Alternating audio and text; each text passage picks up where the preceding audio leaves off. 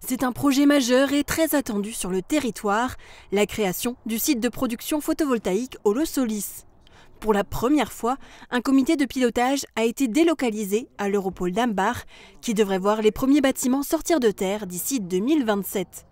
Dans les coulisses, le projet avance. Le financement pour finaliser les études liées notamment au bâtiment est en cours de clôture. 60% de ce financement est actuellement sécurisé, soit 9 millions d'euros sur 15. La discussion se poursuit avec de prochains investisseurs qui devraient rejoindre le projet d'ici la fin de l'année. On va pouvoir finaliser, compléter toutes les études de détail, donc nos équipes construction, nos équipes process. On a déjà lancé des consultations avec les fabricants des lignes de fabrication. Maintenant, il va falloir qu'on sélectionne ces fabricants, qu'on travaille sur la contractualisation avec eux, de façon à pouvoir démarrer la construction.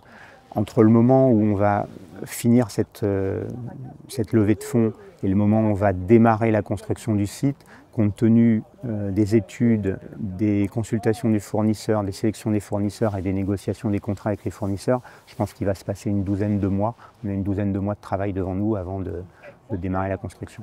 Pascal Bollot, le préfet de la Moselle, s'est rendu sur place. Il a découvert le site qui devrait accueillir la Gigafactory et fait le point avec les différentes parties prenantes du projet. Le soutien de l'État est déjà très important, que ce soit à partir des enveloppes locales ou que ce soit les montants nationaux d'aide en subvention.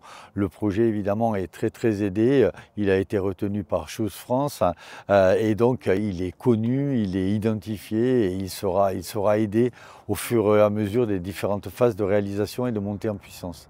Initialement, la production des panneaux photovoltaïques aurait dû démarrer en 2025. Du retard a été pris, mais à Ambach, la confiance règne. Je reste très confiant même. La dynamique est toujours la même, la motivation est toujours la même, c'est important.